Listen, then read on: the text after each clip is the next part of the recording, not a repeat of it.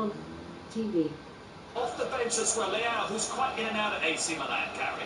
But, you know, no one doubts his pace. Guide. All champ. Today. 1. BBC One Unruly. MOTD line. England v Ghana. 1. BBC One Unruly. MOT. You know, we're on site every year. Volume 13. England fans are the best in the world. They're just next level, aren't they? Wonderwall is just like one of our Greek songs. It's just what's next to be used. One of my favourite ever moments, I think, in an England shirt. That emotional connection with the fans, you know, is, we know how much it means to them. I mean, they see how much it means to us. That was just something else. I've got it on my phone, I keep watching it. It was just unbelievable. Times like that, you start getting back. You can't buy that, we can't buy that. Do that every game. What's it like?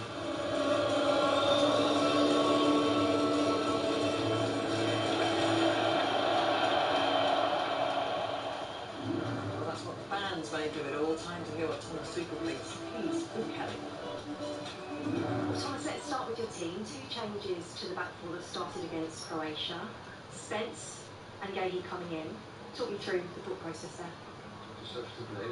We have a little bit more speed and a little bit different profile in the players. Mark a little bit more agile and a bit faster than John, and more convenient to play on the left side for him and for John, and Jet just a bit more defensive and faster and more defensive also to control the counter-attacks.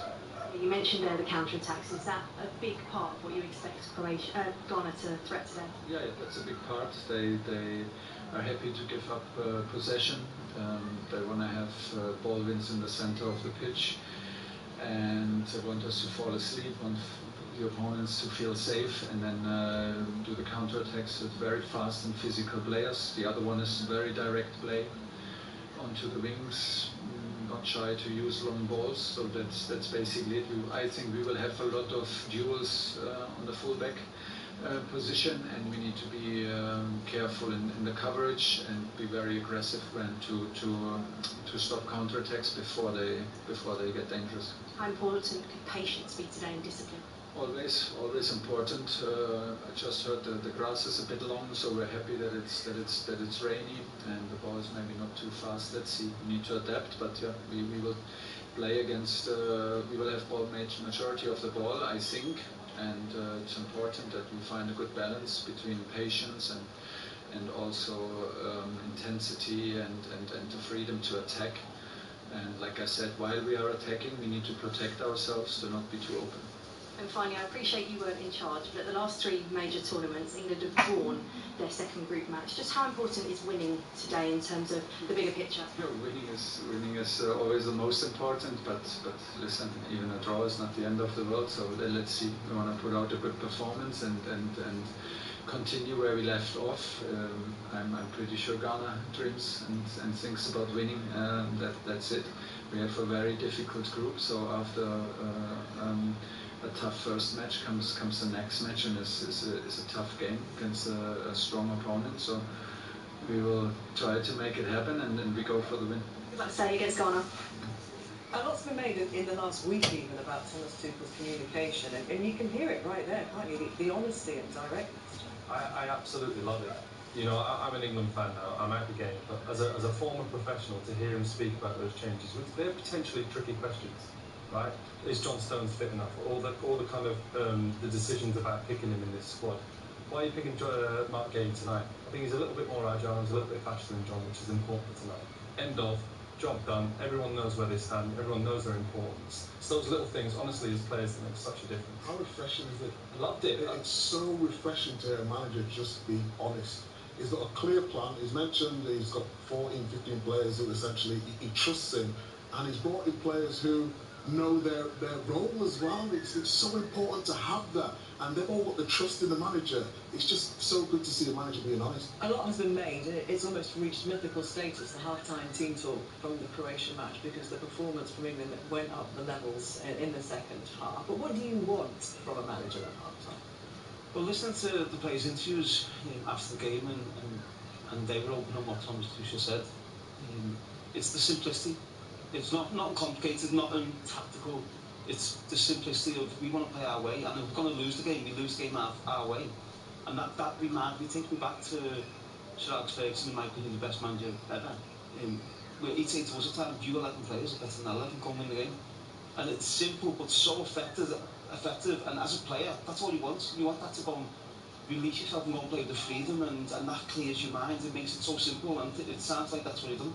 And we heard Ollie Watkins talking in the week about the fact that he'd shout at us, and we saw him doing that, didn't we, in that Jed Spence clip from training. And you can't help thinking that they always want those images to get out, because they can control all of that if they want to. Well, I think potentially, but I think just it's so important that he's consistent. So we're listening to him here.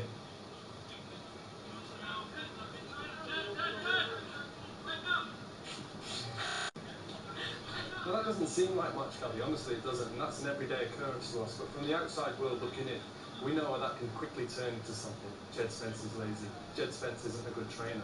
Absolutely not, because they interviewed him after, they let him talk about the situation.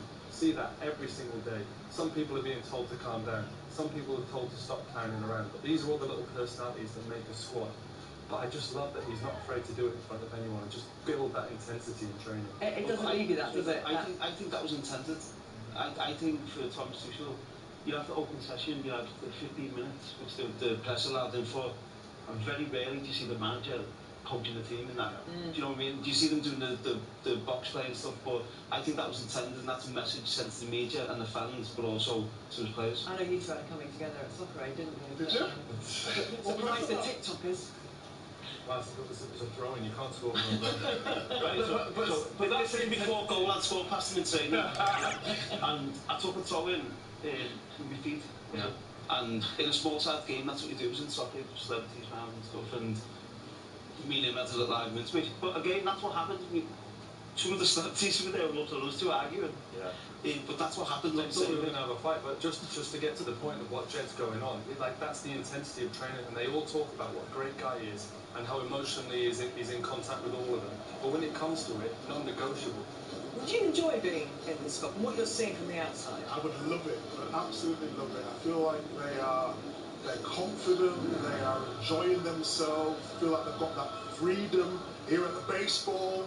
I'd love to be at the baseball right now. I mean, it's so good. Look at Kane. Thomas Tuchel, Dan Burton and Harry Kane together at the baseball. It's amazing. But just shades on, enjoying themselves, totally relaxed. Got the trust from the manager, the players. Just like Fabio Capello days.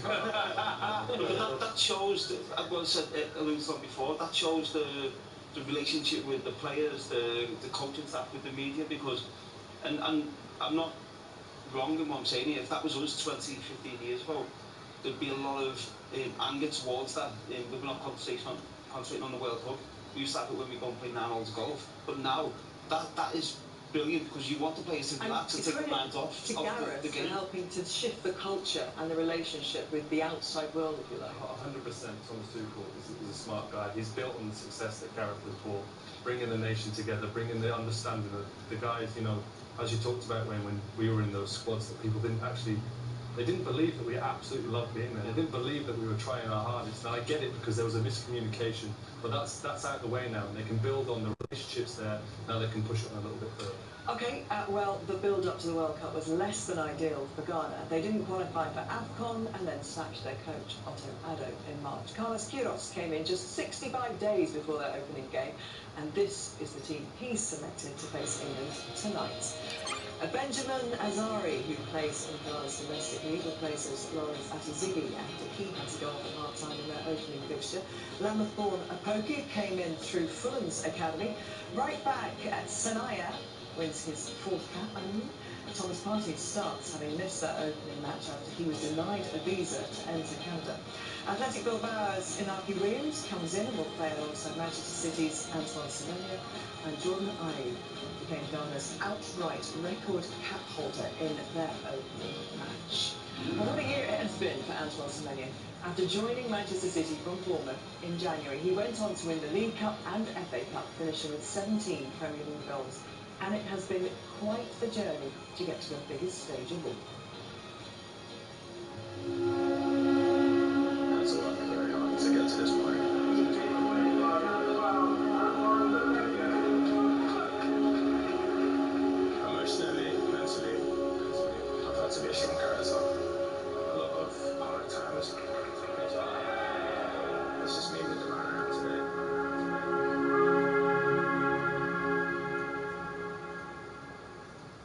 I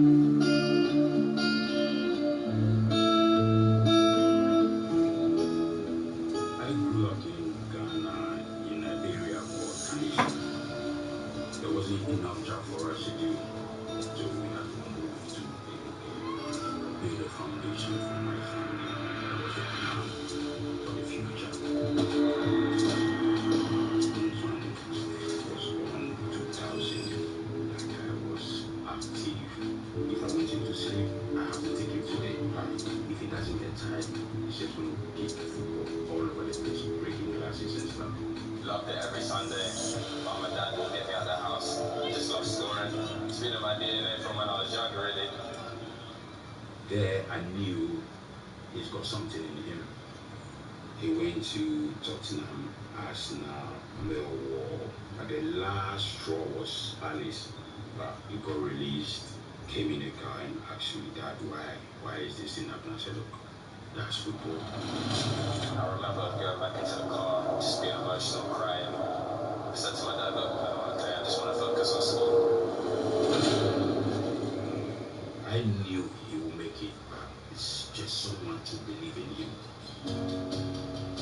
My name is David Hockaday.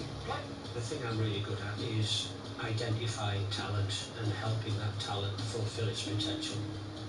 It was 2016. I was asked to go to Bisham Abbey. There was well over 100 lads came from, I'm going to say all over the world, but predominantly London. I ended up going to the open trial. I was a bit unfit, a bit heavy. Haven't played for a year. Let's see how it goes. I just noticed this lad who was playing in midfield, didn't rip it up, didn't look anything particular, but he had moments. And then at the end, Antoine's name didn't come up. Came back home and then we got a call from Dave. I've described Antoine to Antoine and his family as if he became an itch that I just couldn't get rid of. And I approached them and I just said, listen, this is who I am, and I think your son's got something, and I'd like to help. I was a bit hesitant, obviously moving away from home, but I knew if I wanted to play football, I needed to make that sacrifice. He was lost. There was a vacancy in his eyes. He was looking for somebody to help find himself. With a footballer, the two key words are hunger and belief. I'll sit a group of young lads down and I'll say, right, everybody put their hands up who wants to be a footballer. Everybody stick their hand up. I said, right, now I'm going to ask you another question. Who needs to be a footballer? That sorts a few people out straight away. People underestimate him. We saw that when he was very little. Whatever he wants, he goes for it. He tested me and my coaching. He was just like, done that, give me something else, right? Can do that, give me something else, right? Done that, give me something else. From Bath, Newport, Sunderland, Bristol City, all of a sudden this belief system came, he just became this monster. They just started growing and growing and growing. Super first touch from Semenyo, who deserves a goal, and he's got one. Couldn't really have gone more beautifully. I think it was when he signed for Bournemouth, he bought me a bottle of champagne. He put it in a box, and on the box he had hunger and belief. It resonated with me, and it had obviously resonated with him. It's Antoine Semenyo! Initially, he was on standby for England under 20s. When we realized that they were delaying with his collar, I said, look, just go to Ghana. There was no interest from England, so it was just kind of like, if I do get the chance to play Savannah, I'm going to take the opportunity. When I see this young lad and I see where he's got to and where he's going to, is a bit mind-blowing for me, must be for him as well. See the boy we raised, who was released from academy. It's a dream come true for me to see my son representing Ghana at the world stage. He's a humble guy, he's such a good lad. That's why a lot of people wish him well, because he is one of the good guys. I've had a lot of help from coaches, teammates. I'm really grateful. You don't know how to thank them. Because he's so spontaneous and nobody saw. And he had believed in Antoine. I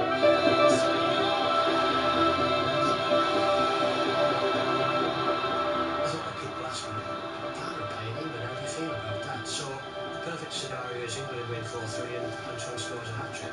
Free and transport, the meaning word is England. I know by English.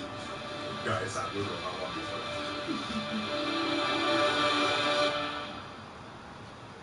What a journey he's had. And Micah, you know, it's an example that not everybody is living it. Yeah, in terms of that, fair play to Dave as well, the coach there who took him under his wing, believed in him. Sometimes you just need that little bit of belief.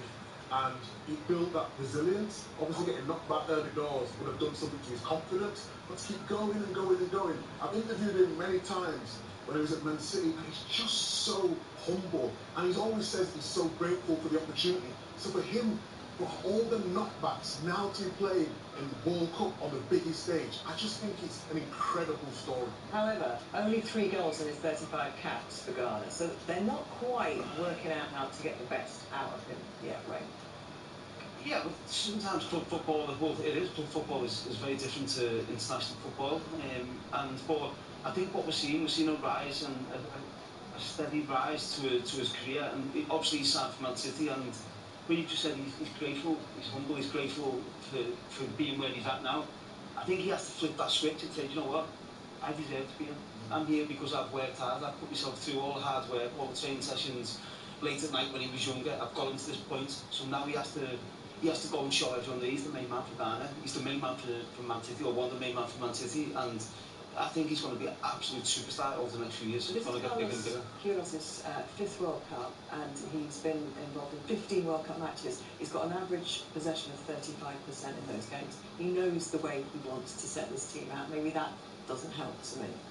He does, and I really give a lot of praise and credit to Carlos Queiroz for us winning the Champions League in 2008. I remember we done a training session against Barcelona, and he brought 2 sit-up mats out, and he said to Paul Scholes, Michael Carrick, the distance between you cannot get any bigger than between on our each either side, and he drilled that into us, and that's the reason we didn't concede against Barcelona. We went through to the final, but he'll be doing exactly the same. He has that long with them to get that into plan, but he'll have them drilled. They'll be hard to play through, hard to beat. There won't be that much space there, and try and win on the counter-attack. As he's only had 2 months, I'm not sure how much he can actually do. What kind of a communicator is he? Low. He speaks low. No, but he's not a shouter. He speaks low, and he's very measured in how he does his coaching. So I wouldn't expect him to be shouting and ranting. He'll get his point across. He'll get his point across in his meetings and allow his coaches to do that. Now he was a coach, obviously at Manchester United, but he's a top coach. And of course, that game against Panama, we've seen the only goal of the game. It took to the 95th minute, Joe. Both sides struggled really to create very much in that game. Did we learn enough to see the kind of threat they're going to be to England today? I think to an extent we know enough about, especially the front 3. But the fact that they're willing to dig into the games, obviously not qualifying for the AFCON would have been massive for them, a massive shock and a big kick for them to go on and to qualify for the World Cup was positive. They're not at their best, are they? There's no getting away from it.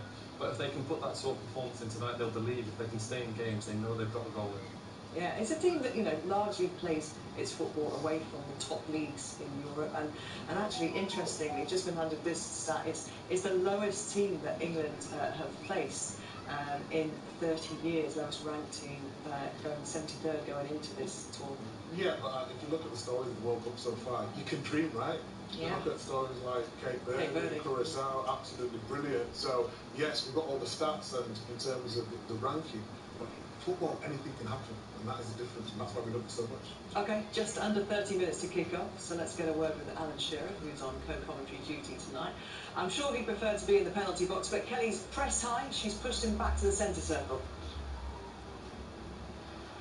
Yes, Gabby, England's press has got nothing on mine. Alan, let's start with the conditions. I'm not sure if it's visible, but it's actually raining on us here in the central circle at the moment. There's a heat wave back at home, though. Do you think England will actually be quite glad to be playing here? The conditions here are perfect. It's been pouring all day. There's a beautiful fizz on the pitch, and it's not hot at all, despite you not having any sleeves on. You're just showing off, aren't you? Because I've got a jacket on.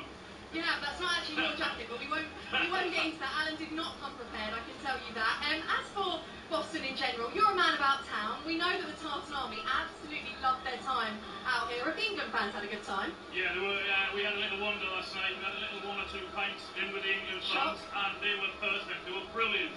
They were all out having a great time, certainly well behaved and enjoying it. And absolutely delighted to be here. Been a great start. It has been a great start. Brilliant atmosphere, as you'd expect inside here, from Ghana as well. But let's talk about Harry Kane, because 2 goals already for him. What do you like about the way Thomas Tuchel's using him? I think the way they've set up, particularly with pace in wide areas and pace in behind him, I don't think he was quite right 2 years ago. And when you look to 4 years ago in Qatar, he didn't have 1 shot on target until the 4th game against Senegal. Not 1 shot on target in those first 3 qualifying games. He's already got 2. He'll be looking at the rest of the big hitters who are scoring goals for fun, and he'll be desperate again to get on the score sheet. Best you've seen him? Yes, he looks fit, he looks strong, and obviously full of confidence. Why wouldn't you be when you got 60-odd goals last season and 2 already? Yes, 10 goals now at World Cups for Harry Kane. That is a record equal. Let's hope he surpasses that tonight. And by the way, we haven't got an umbrella out here because we're told they don't really want us using umbrellas. We can wear ponchos though, so I promise you, if Alan gets too wet and puts a poncho on, we will get that comms cam on immediately. It was better with a poncho, wouldn't it? What's he got on there? Deary.